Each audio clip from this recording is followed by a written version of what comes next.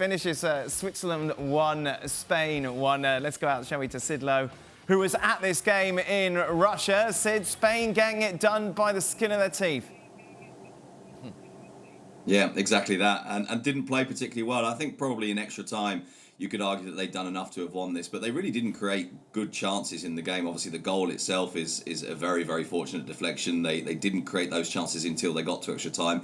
Even then, I think while Sommer made, I think it was 5, maybe 6 saves in the course of the game, I'm not sure that any of those are absolutely clear-cut. Sid, overall, though, they just about deserved it, yeah?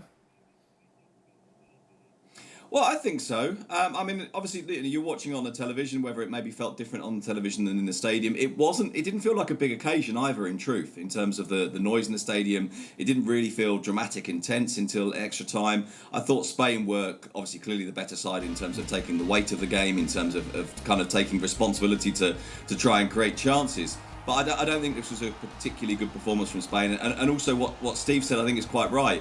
You know, you get that goal and it comes out of nothing. And Spain still look vulnerable at the back. Now, look, let's not kind of criticise them too much in that they're in the semi-final. They scored 5 in their 2 previous games. They found a way through this time, which perhaps says something about the character, and certainly says something about the character of Unai Simon after that error against Croatia. So in that sense, things are going very, very well for Spain. But this wasn't a great match, and it wasn't a great performance. It's fair, isn't it? Like, the quality on show, there wasn't that much. No, I agree with what Sid said. It's great that they got to the semi-finals and they're rolling on and they find a way to get through. But this is nowhere near anywhere close to any of the great Spain teams in the past. They're vulnerable at the back. They can't... The chances they have to be more clinical. They look really weak at times.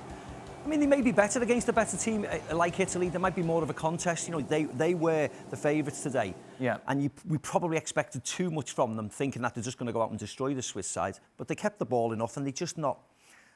When you think the matchup between Italy and Spain, you can only see one winner, can't you? And it would be Italy. The way the two teams have played in this competition. But you know, again, things can happen in the game. Right. Don't you think that Laporte was a little bit stronger when he was French than now he's Spanish? It's clearly a double agent been sent in.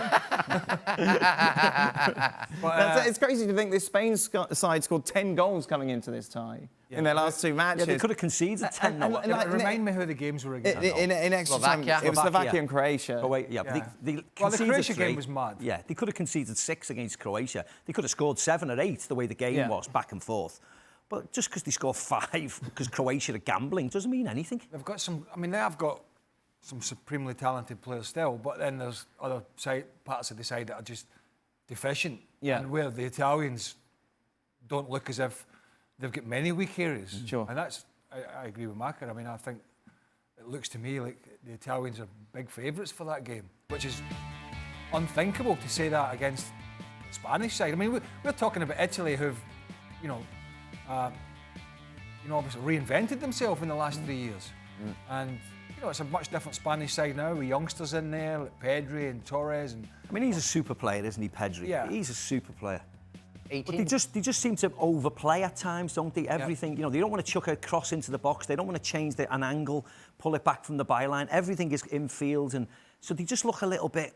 I just think they just look a little bit weak at the moment. To win the tournament, I mean. They've done really well to get to where they are. I think they're in a cycle where they try to find their way, the new way of playing their football, where before they were on the tiki-taka, and they have the tendency to go back there, and then to change, but then they go back there, and it's still very horizontal, I would say, when they play, quite boring in another way, and suddenly they get crazy. Yeah.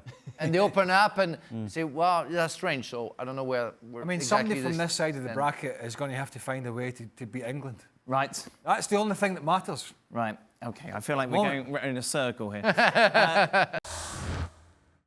Well, thank you very much for watching ESPN on YouTube. For more sports highlights and analysis, be sure to download the ESPN app. And for live streaming, premium content, and let's not forget as well, ESPN FC 7 days a week. Subscribe to ESPN+.